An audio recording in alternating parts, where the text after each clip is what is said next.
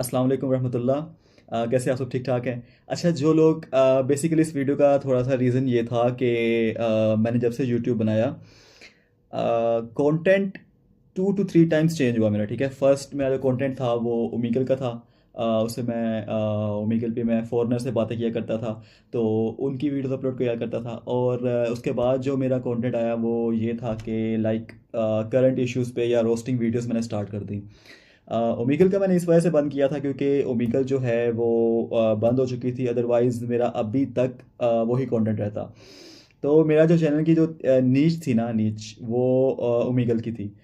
अब मैंने जो कंटेंट उसके बाद जो स्टार्ट किया वो था मेरा रोस्टिंग का। रोस्टिंग की तरफ मैंने मूव किया, लेकिन रोस्टिंग में ना लाइक इतने व्यूज़ नहीं आते थे। लाइक जो मेरे रेगुलर फॉलोअर्स थे बस वही देख रहे थे कि वीडियो को रीच नहीं मिल रही थी।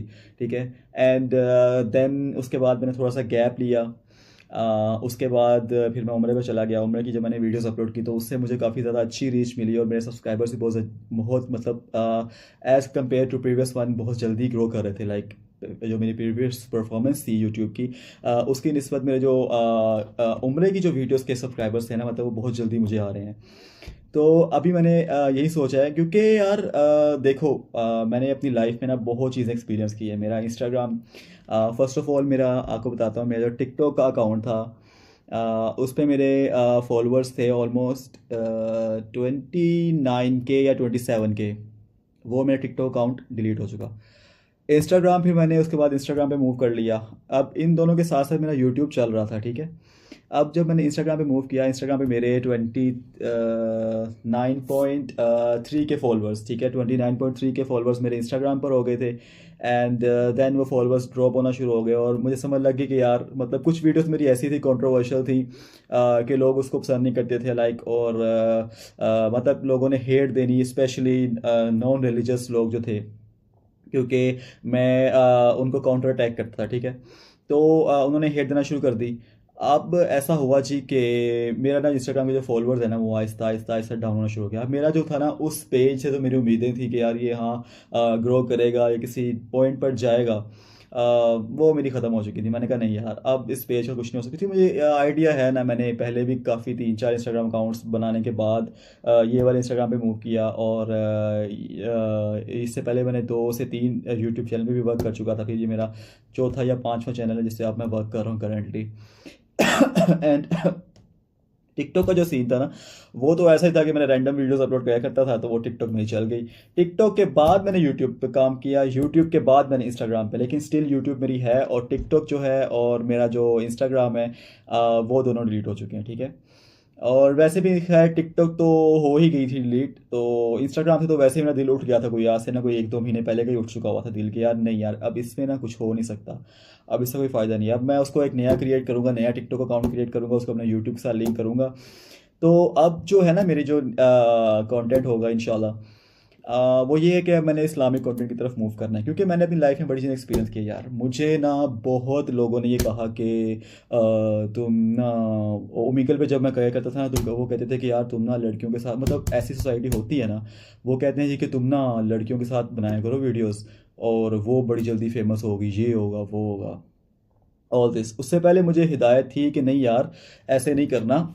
ये मतलब एक अगर बुरा काम है तो इसकी तरफ मूव नहीं करना, बेशक इससे हज़ारों फॉलोअर्स आए, लाखों फॉलोअर्स आए। तो फिर भी मैं किया करता था लाइक, लेकिन फिर भी उस लेवल की जैसे लोग किया करते थे ओमेगल पर, लाइक फ्लर्टिंग किया करना, लाइक इस तरह से गंदी नीच हरकतें, ये नहीं किया करता था। मैं रोस्टिंग किया करता था उनकी भी, फीमेल्स की भी। तो वो मैंने मीम्स ऐड करके उसको एडिटिंग करके सब कुछ करके पीछे साउंड लगा के मैंने अपलोड कर दिया करना। अब ना तो खटकता था यार, डे बाय डे। जो एक बात है ना, आपको मैं सीरियस बताऊं, डे बाय डे आपके दिल में खटकता था, क्योंकि आप जब कोई चीज़ सोशल मीडिया पे अपलोड करते हो ना, तो वो सिर्फ आप तक थोड़ी रहती है। अगर आपने उसको पब्लिक किया हुआ है, प्राइवेट की तो अलग बात है, वो तो सिर्फ आप ही देख रहे हो। अगर आपने उसको पब्लिक कर दिया ना, तो वो मिलियंस ऑफ लोगों तक जानी है। और मेरी तो रीच इंस्टाग्राम पे, टिकटॉक पे मिलियंस में थी। ठीक है, मतलब मिलियंस लोग उसको देख रहे थे। तो वो ना मतलब एक रोज़ दिल में ना एक बात खटका करती थी कि यार नहीं, ये जो इतने लोग देख रहे हैं ना, इसके पीछे सॉन्ग्स लगे हुए हैं, इसके पीछे मीम्स का जो म्यूज़िक है वो लगा हुआ है, फीमेल शो हो रही है। तो ऑब्वियसली फीमेल तो एक वैसे ही गुनाह है उसका सोशल मीडिया पे आना, मतलब इस तरह से बेपर्दा और ऐसे अब फजूल बातें लेकर। और सेकेंडली म्यूज़िक को प्रमोट करना, म्यूज़िक सुनना, ये भी एक गुनाह है। और मतलब इस तरह से करना, तो ये सब कुछ एक मतलब कि गुनाह था।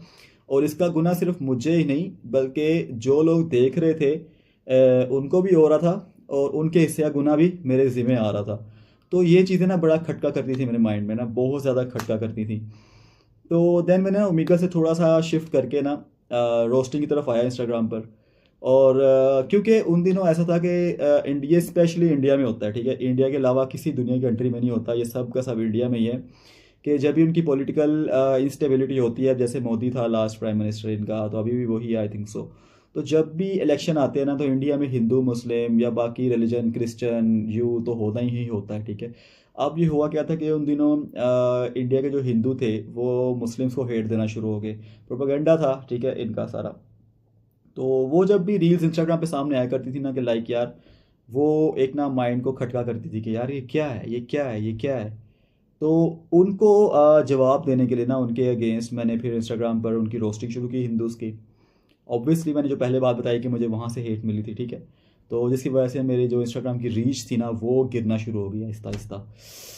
अब ऐसा था कि मेरे समझ लग गई कि नहीं यार, इस पर जितनी रिपोर्ट आ गई हैं, ये अब चलने वाला नहीं है, ठीक है। इसकी जो ग्रोथ है ना वो रुक चुकी है। जब तक मैं न्यूट्रल कंटेंट, एक फ़नी सा कंटेंट जो सबको भाता था वो चीज़ अपलोड करता था, तब तक तो ग्रोथ जाती जा रही थी, ठीक है। लेकिन जैसे ही मैंने रोस्टिंग शुरू की तो वहाँ से मेरी ग्रोथ डाउन हो गई, और आहिस्ता आहिस्ता आहिस्ता नीचे नीचे नीचे नीचे।